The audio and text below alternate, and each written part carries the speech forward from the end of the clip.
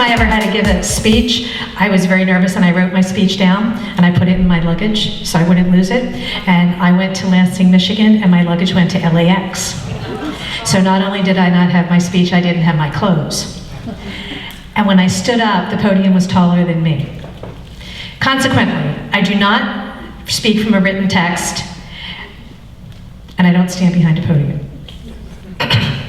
Now, we're going to be moving fairly quickly tonight, and so, because I have a lot to cover in a short period of time. So what we're going to be talking about are available in 2 CDs. They will be available in the back afterward. So everything, all the research that I'm going to mention, on my CDs, what I do is I give you the original source. I put it on the screen so you can see it, you can read it, you can stop the CD, pay attention to it, blow it up, so you can read all the words. So everything I'm going to mention tonight will be available in both topics. The first that we're going to be talking about is should our children be standardized, and then the second will be the flawed testing of Common Core. So both will be available in the back afterward. Let's start with standards. And you heard the previous speaker talk about the Common Core, and I move around, I'm very sorry. I'm going to make you work. You heard the previous speaker talk about the Common Core state standards. My involvement with the government in these standards goes back more than 20 years. This is not the first time that the federal government attempted to get involved in education. In fact, in 1989, then President George Bush the Senior had a summit meeting with then Governor William Clinton to change how American education was put together and move it from local control to national education goals. In 1994, that process resulted in federal legislation called Goals 2000. And Goals 2000 mandated that the states set both content and achievement standards which would be applicable to all students.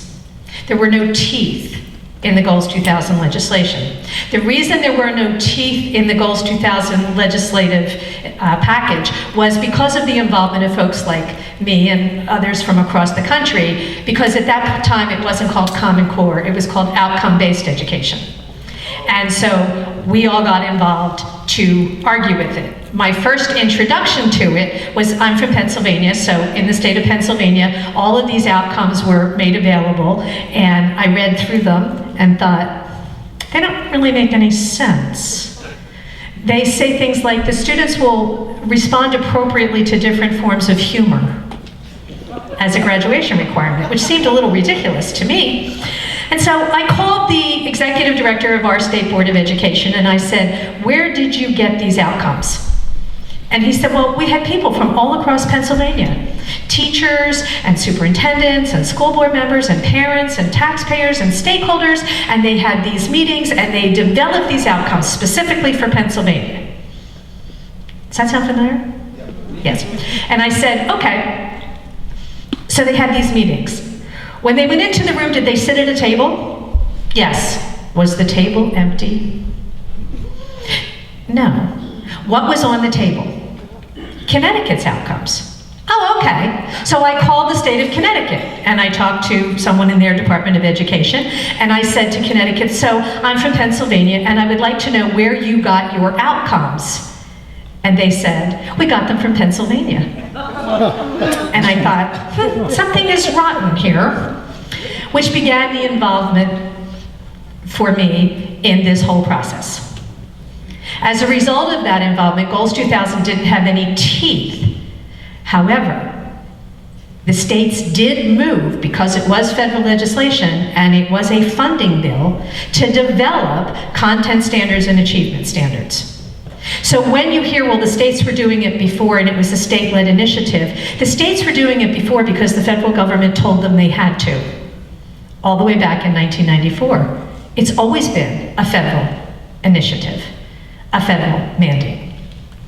Now, No Child Left Behind in 2001 came along and said, we're going to put teeth in the requirements of Goals 2000. And so what No Child Left Behind said is every state in setting these content standards and achievement standards has to set proficiency levels, passing, for the standards, and by the school year that just ended, every state had to prove that 100% of their children were proficient in math and reading and science. That means 100% of the public school children in the state would have to be proving by an annual state assessment that they were passing math and reading and science. Can you set one standard for all students and mandate achievement by passing a law? Well, you can try, and when you do, certain things immediately happen. So let me show you what happens. Stand up. Well, your little tushes while you're up there. Exercise is good. Okay, this is vocal performance. When you can meet the standard, you can sit down, but you cannot sit down until you meet the standard. Are you ready? Luciano Pavarotti. Anybody who can sing like Pavarotti can sit down. Soloist with the New York Metropolitan Opera. Were you standing before? I was going to be very impressed if you were standing before. Okay. I can sing like Pavarotti. Oh, there you go. Just not as well. I get it. Chorus member with the New York Metropolitan Opera. Soloist with the Regional Symphony. Chorus member with the Regional Symphony. Soloist with the church choir. Sings in the church choir. Sings in the shower and enjoys it. Can't carry a tune in a bucket. Can't find the bucket. In this system, school districts and therefore teachers are held accountable to prove that every single child meets the standard. There is no incentive nor requirement that any child go beyond the standard. There are, however, serious repercussions if every child does not reach the standard. Where are you going to put the standard in vocal performance? Bucket. In the shower, because that's where most of you sat down. I am a teacher in a classroom. I am responsible to make sure that every child gets up to, sings in the shower, and enjoys it. Where am I going to spend all my time? With Mr. and Mrs. Can't Find the Bucket out there. Getting them up to, sings in the shower and enjoys it. What about the child for whom the standard should have been Pavarotti? There really are people like Pavarotti out there. Now, interestingly, in my family, that's a rather funny example because I have 6 children. They are all girls except for 5. It's an IQ joke. How fast did you get it? And one of my children is, in fact, an opera singer. So that standard in my family actually isn't as humorous. But if the school sets the standard and sings in the shower and enjoys it, as soon as that child walked into the classroom, he met the standard before the first day. So what happens to him? Well, he's ignored because he already met the standard. So when we give the assessment on vocal performance, and the assessment is sings in the shower and enjoys it, he'll pass the test, won't he? So he will show up in the system as a success. But education for him, if we did it that way, was a failure. Because when you say one bar for all, the first thing that has to happen is that you lower the bar. But the children who needed education above the bar are now lost. Education failed them. Because see, what this system does is changes the goal of education.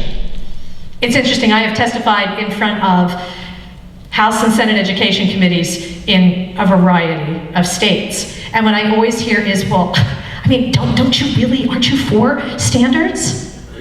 No. No. You cannot have an education system that is based on one standard for all. Because then what you have done is change the goal of the educational system from enlightening a child to reaching a standard. That's a totally different goal. Because now success is not measured in terms of did that child have the opportunity to reach his or her potential. Success is measured, did we reach that minimum standard? It is an unavoidable consequence of this system. because the system defines success not in terms of the child, but in terms of an artificial standard. Did anybody know this would happen? Yes, everybody knew this would happen. In 1983, actually in 1982, the US Department of Education commissioned a study on the state of education in the whole country. It was funded by Congress, it went through the US DOE, and the commission came up with and finally generated a report called A Nation at Risk. You've probably heard of that report, it was pretty famous. And in that report, they said that this move toward minimum competency is muddle-headed because the minimum will become the maximum and education for all will be lowered. And that was in 1983. So did they know? Yes, they certainly did know. What happens when we attempt to say, we're going to set these standards? Now there's two kinds of standards. There's content standards and there's achievement standards. Why two kinds? They're different.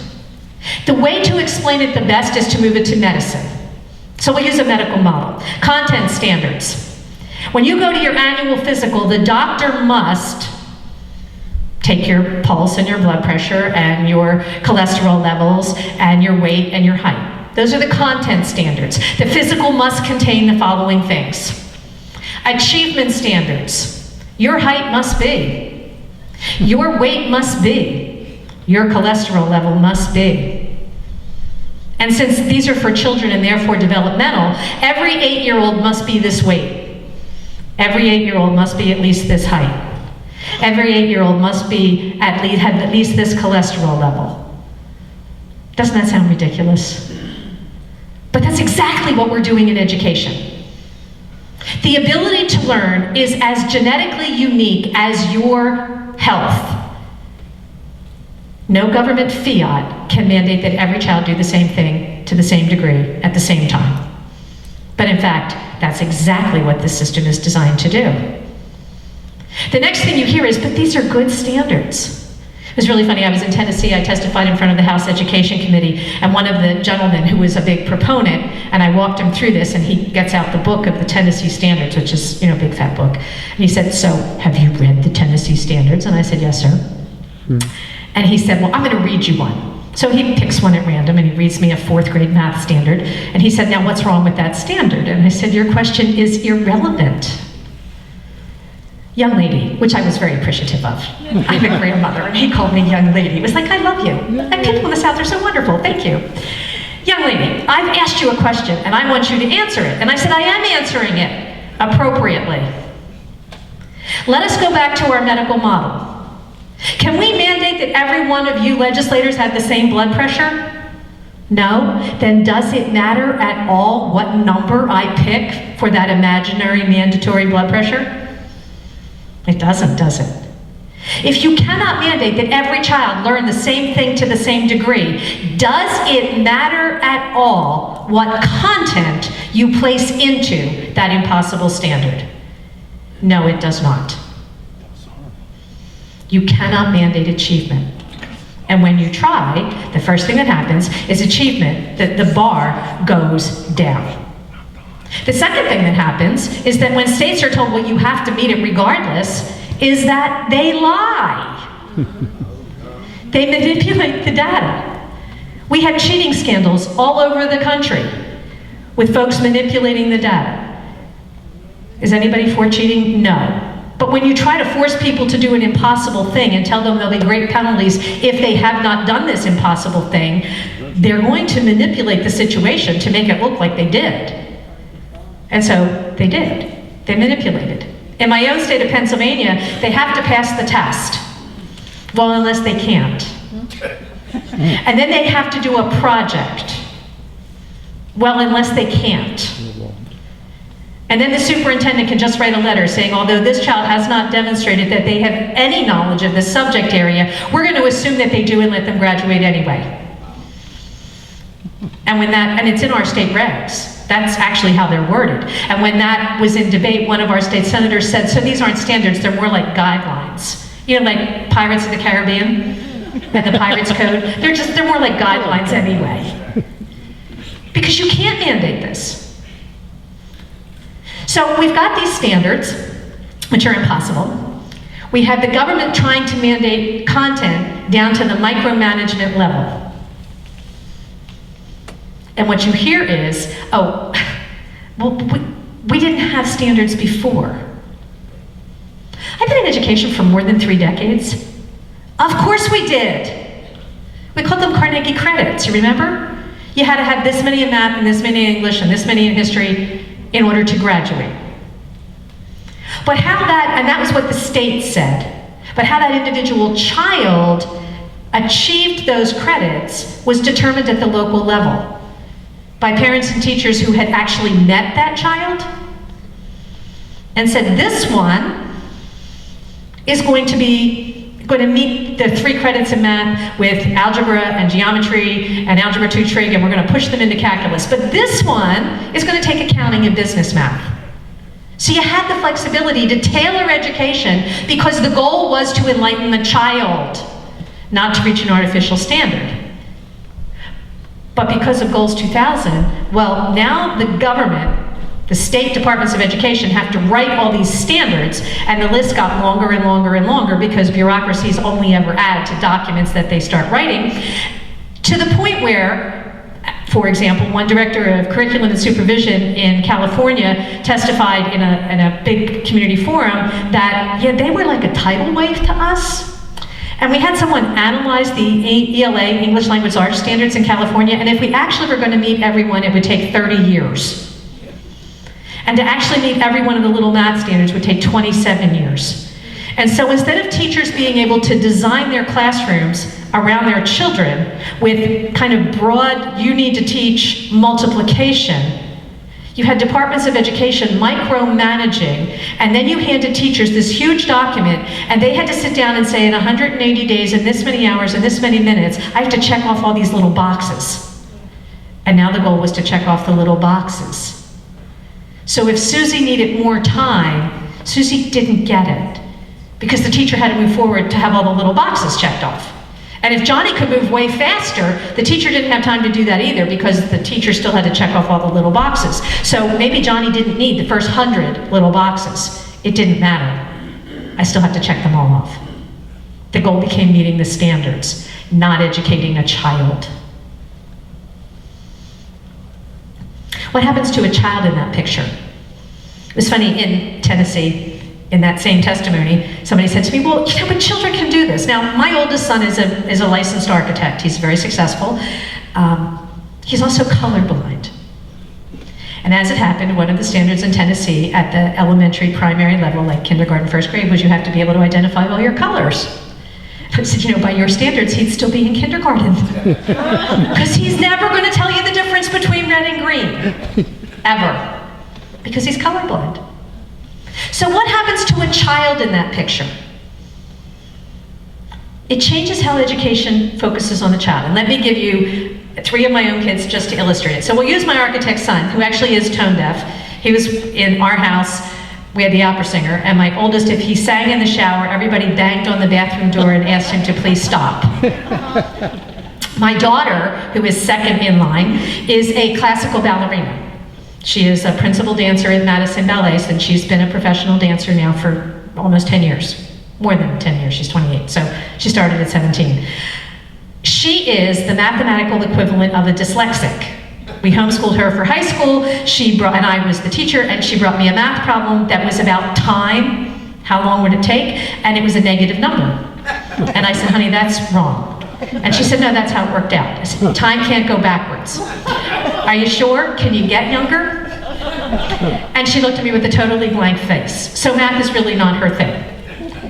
My opera singing son, when he was in the conservatory, decided it would be very helpful if he took dance. So he took 4 semesters of dance, and at the end of the 4th semester, the teacher came to him and said, I have good news and I have bad news.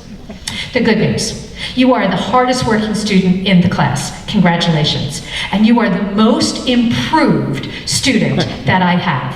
the bad news. You have gone from horrendous to abysmal. Please never take another dance class again in your life. I will give you an A to not mess up your QPA if you promise me you will not darken my door again. And he laughed. Okay, so what happens, same standard for everybody. My architect's son would have to be remediated in vocal performance to get him from can't carry a tune in a bucket to sings in the shower and enjoys it. Where do I get the time in school to do that vocal performance remediation? From math. Because he's an architect. He's really good at math, so he's way ahead of the standard. So we take the time from math to remediate vocal performance. And my dancer daughter, instead of being able to learn how to do a triple pirouette and all the things that she needed to do, would have to be remediated in math. Where do I get the time? From dance. And my vocal performance opera singing son would have to be remediated in dance. Where do I get the time? From vocal performance. When you set one standard for all and say every child must meet the minimum standard in all areas, education for that child switches. Instead of identifying their areas of strength and moving them to maximum potential, we steal from their areas of strength to remediate their areas of weakness to minimum competency. That doesn't sound like an education to me. Does it sound like one to you? No. It's a disservice to the children. At a structural level, you have school systems taking state assessments, and umpty-ump number of children fail. They're not proficient. So they need to be remediated. We have to take time. So the New York City school system, for example, in 2010, had so many children who needed remediation that they took 2.5 hours out of every school day to devote to remediation for the children. That means those children weren't taking music or art or computers or any other enrichment classes because they were in remedial classes. In South Carolina, it was reported in the news this spring in one of the districts that they allowed it 3 hours a day for remediation. Time had to come from somewhere. Well, if I'm doing all that remediation, that means I'm taking all those teachers who used to be teaching other things. What you hear in this system is, no, these are just minimum standards. But school districts are free to move beyond them. Not if they live in the real world, they're not. Because all of the resources are going to move toward remediation, which means teacher time moves there, teacher allocation moves there, funding for curriculum materials moves there. It becomes about remediating to minimum instead of moving to maximum. Did Common Core create that? No, it didn't. No Child Left Behind created it. And all the states began to do it. The states were told they could set proficiency wherever they wanted. And as time went on, they just kept lowering and lowering and lowering the bar. Now, interestingly, there are actually outside measurements of education that we use. One of them is called the NAEP, the National Assessment for Educational Progress. So, in 1 year, in the state of Georgia, Georgia said that over 92% of their children were proficient in math and reading. And those same children who took a math and reading test at supposedly the same grade level in the same year, only 30-some% of them were proficient. Those numbers aren't quite the same, are they? In no state are they the same. What the states began to do was lower the numbers. The second thing that happened was curriculum began to narrow. If this test is high stakes, and it is, promotion, graduation, teacher evaluation, is all based on everyone meeting the standards. So what the research tells us is that over time, all of education began to move toward the standards. So the curriculum began to narrow. The marketing rhetoric says, which I get such a chuckle out of, these are just standards. These are not curriculum. These are just standards. That's educational poppycock. A standard that doesn't translate into curriculum is a meaningless standard. And every state had to submit its standards under the Obama administration. They had to submit standards and their state assessments to the federal government for approval before they could use them, or they could join a national consortium. Let me give you an example. The standard is everyone has to make a chocolate cake that tastes just like my chocolate cake. Do you see my chocolate cake? It's a wonderful cake. And it has to taste like my cake and have the same texture as my cake. And the assessment is I'm coming to taste your cake. How many recipes can there be? One. Because if you change anything, it won't taste like my cake. And I'll know. And now you have the same government saying, well, you can have any curriculum you want, but the cake you can have any recipe you want, but if it doesn't taste like this cake, you don't pass. And by the way, I'm going to take that recipe and put it online for you for free. What is every district going to do? They're going to go get the recipe. Curriculum narrows. Teacher focus narrows. And the research over more than 20 years tells us that as well. When teachers are told everyone has to meet the standard, they focus their attention on the children immediately above the standard and immediately below the standard. Now, we talked about the child for whom the standard should have been Pavarotti, right? Already met it, will test successful, teacher won't be punished for anything that happens to that child, so that child's kind of left on his own. What about the ones on the very bottom that Mrs. can't find the bucket over there? They get lost too. Because what happens is the teachers walk in and say there's 10 kids. 4 of them are so far above the standard I can pay, they could meet it when they walked in the door. Good, don't have to worry about them. This middle group, they're really close to the standard, so I'm really going to focus on them. But these 2 kids, no matter what I do, remember my kid, abysmal to horrendous, no matter what you do with him, he's never going to dance to a standard. Or my colorblind son. Every teacher who is told you're penalized if 100% don't meet it is going to try to get as close as they can to that 100%. It's called cutting your losses. So they ignore the children at the bottom. And for those children, achievement actually declines. And that's what the research shows, that the achievement declined. All attention in the curriculum narrowed, and in the focus of the students in the class narrowed to what was right around that standard. And in fact, achievement gaps are either stagnant and now they're beginning to grow as we move further and further along in this process.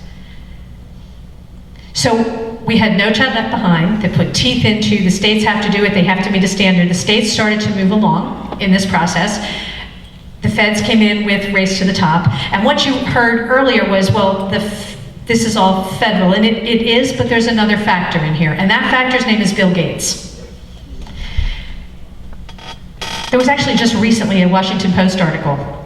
Mr. Gates himself was interviewed, and he said he was approached by David Coleman, who is considered to be the architect of the Common Core standards. Now, what you may not know about David Coleman is earlier in his life, he actually applied for a job to teach in the New York City public school system, and they declined to hire him. So this is a man who was not considered competent to teach students in New York City schools, who is now driving education in America. How ironic is this? Mr. Coleman and Gene Wilhott, who at the time was the head of the National Governors Association, approached Mr. Gates and asked for funding to drive the Common Core state standards. Mr. Gates, in fact, has funded them to the tune of over $200 million.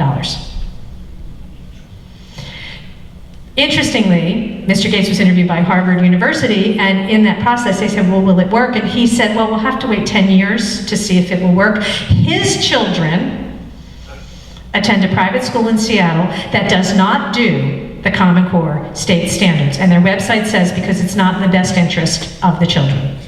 So it's okay to experiment on your kids, but not on his kids. So we've got a lot of economic impetus behind this.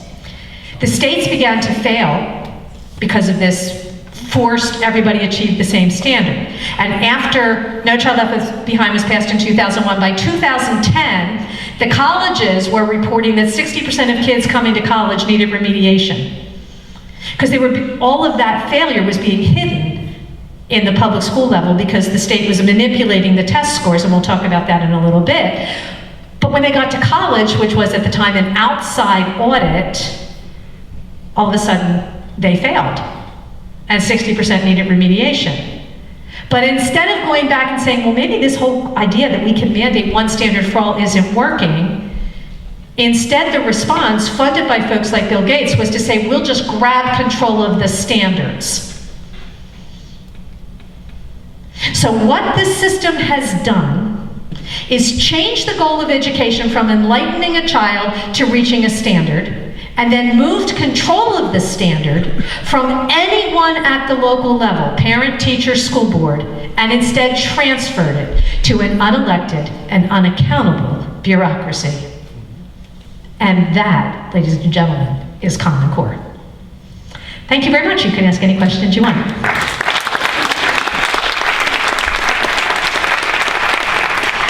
Yes, sir. The person with David Coleman, what was the name? Say it again. The person that you put together with David Coleman? Gene Wilhott, Wilhoit. And he was at the time I think he was the executive director. I think that was his title, not chairman, of the National Governors Association. Question. You're welcome. Question, please. If Common Core is such a failure, why is the administration preaching it? If you believe that the goal of education is to enlighten a child and open doors of opportunity for each individual child, then Common Core is a failure. But if you believe that the goal of education is to create a workforce, each of whom have the skills they need to do their job and who are otherwise compliant, Common Core is a huge success.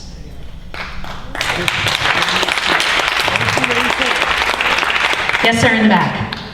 I was under the understanding that Bill Ayers was part of Common Core, is that correct? It's an indirect connection. When Mr. Coleman was turned down, remember the architect of the Common Core standards, David Coleman, he was turned down by the New York City public school system. He went to Chicago. And in Chicago, he received a grant from a nonprofit, and the name is not. Annisburg Institute. There you go. But there was another nonprofit too. It was like the Chicago Public School Fund. They were a connected organization. And he received a grant from that organization to do IT, like information technology in the Chicago Public Schools. On the board of the foundation that gave Mr. Coleman the grant were two people. One was Bill Ayers and one was Barack Obama. Inside the Chicago public school system at the time that this all happened was a man named Darn Duncan. Wow. Small world. Small world. So while he is not involved in the writing of the standards, when you walk backwards, you find a connection that it all comes from Chicago. It is difficult to tell how the standards were developed. In July of 2010, the National Governors Association Center for Best Practices, which is one of the owners of the Common Core State Standards, issued a press release because of all the outcry about who was writing the standards. And in the press release, they said that the standards were being developed by what was called a work group, a Common Core State Standards work group. There were 29 members, they published their names. Not one of those folks was a K through 12 teacher, not one. They came from, according to that press release, they came from Achieve, which was funded by Bill Gates. They came from the ACT, and they came from the College Board. So they were testing consultants and people who had no background in teaching K through 12, or who had background in teaching freshman level college courses. If you wanted to be college ready, wouldn't you think you'd ask someone who taught at the freshman level of college? You know, I've actually worked with kids at the college level, freshman math, freshman English, so I kind of know what is it you need to know, but none of those folks were asked either. The press release said, they gave the names of the work group, and then they said that all of the things that the work group did was confidential. It has never been revealed. We don't know who selected the work group. We don't know why they were selected. We don't know who did what inside the work group. We don't have any minutes of the meetings. We don't have access to any of their internal research. The press release went on to say that there were feedback groups who would supply information and make suggestions to the work groups. And so when they say teachers were involved, teachers sat on the feedback groups. However, the press release very clearly said, and I'm quoting, that all final decisions would be made by the members of the work group. You remember I had those 6 children, and when they were little, they used to at night say, "Mom, can I have a treat before I go to bed?" And every night I had every right to say no. I didn't have to give a reason, and my word was final. The feedback group were the children, and the work groups were the parents.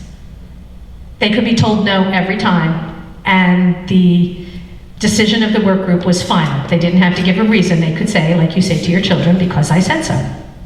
Finally, there was a validation committee. There were originally 29 members on the validation committee. They did not all sign off on the document, but there was no minority report issued from the people who disagreed. 2 of them actually called back in and said, "Why weren't any of our comments included?" And the staff member said, "Well, we didn't get them. They just disappeared into the ocean somewhere." So we don't know all of the internal workings of the standards. If you go to the Common Core State Standards website, you will see they list the standards, and then there's extra information, and they tell you 2 things that are highly troubling. One is that the standards are issued as is. Now, have you ever bought a car?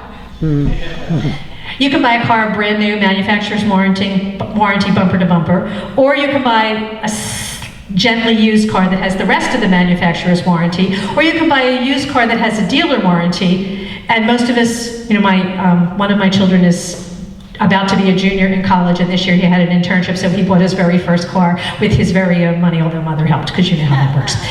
And of course, he bought that car as is. In other words, you can drive it off the lot, but we make no guarantee that 1 block down the road it's not going to fall to pieces on you. The Common Core State Standards on their own website are offered as is. And the very next section says that the developers of the Common Core Standards assume no liability for any injury that will come from the use of these standards. This does not warm the cockles of your heart. They don't put the same backing behind their own work that Kraft puts behind macaroni and cheese. Because if you get the box and it isn't any good, they'll replace it for you. Yet that's how these standards are being offered to our children. So there's grave concern in how they're put together, and a lot of it is still secret. We still don't know. Yes, ma'am. And I have that question. Some people were exempted from Obamacare, and it sounds like Obama's children are exempted from Common Core, and I hear now that the Kasich children will not be enduring Common Core. I don't know about the Kasich children. I do know that Obama's children attend a Quaker school in Washington, D.C., which also does not do the Common Core. Yes, ma'am. Since this has been going on for so long, I'm concerned about how they're teaching the teachers. Has that changed totally? It is, yes. It is a slower process, because some of the college professors are sort of recalcitrant and actually insist on teaching real stuff. But yes, it is. We're seeing that move. Teachers, I was in inner city Philadelphia talking about these standards, and I didn't realize I was in a room filled with public school teachers, but I was, who mobbed me at the end, many of them in tears, saying we're hurting children, we're quitting as quickly as we can. So the process is pushing the experienced teachers out. Particularly in the inner cities, those teachers are being replaced by what are called Teach for America volunteers, who get 5 weeks of training and are told if you stick it out for 2 years, you can either have your student loans forgiven or you can get money for college. Well, those folks, 5 weeks does not a teacher make, and so those folks are of course going to follow exactly what's in line, and that's happening most especially in the inner city schools. And so, for example, in Tennessee, where I recently was, the achievement gap is growing dramatically, especially in places like Memphis, because they're seeing this influx where the teachers who know better are saying, I'm quitting, because they're not being given the opportunity to fight back. They are trying. In New York, There was a letter, it was actually eventually quoted in the Washington Post. It was originally written by 8 New York City principals, and within less than a month, 530 principals signed on to it, and they made it public, and it went into the paper, complaining about the Common Core tests. At the recent National Convention of the NEA, the president of the NEA was quoted as saying, we kind of need to back off of the standards because our own membership is rebelling against them. So teachers are in a really difficult place, but they're using the avenues that are available to them to try to push back. But it is a very difficult place for them to be right now. Yes, ma'am. My question to you, because you really do seem to know really what's going on, is Take your time. yes, first of all, I always try to figure out what the powers are what they're doing, how they are living, and how their children are being treated, to know if they are being sincere or not, as we were just saying. But how long do you think we have, as, let's say, forget a country, no, as a state and thinking nationally, to spread this awareness without, being too radical sounding, before there's no going back and things are going to happen in this country that we can't fix? We're already seeing people speaking out across the country loudly.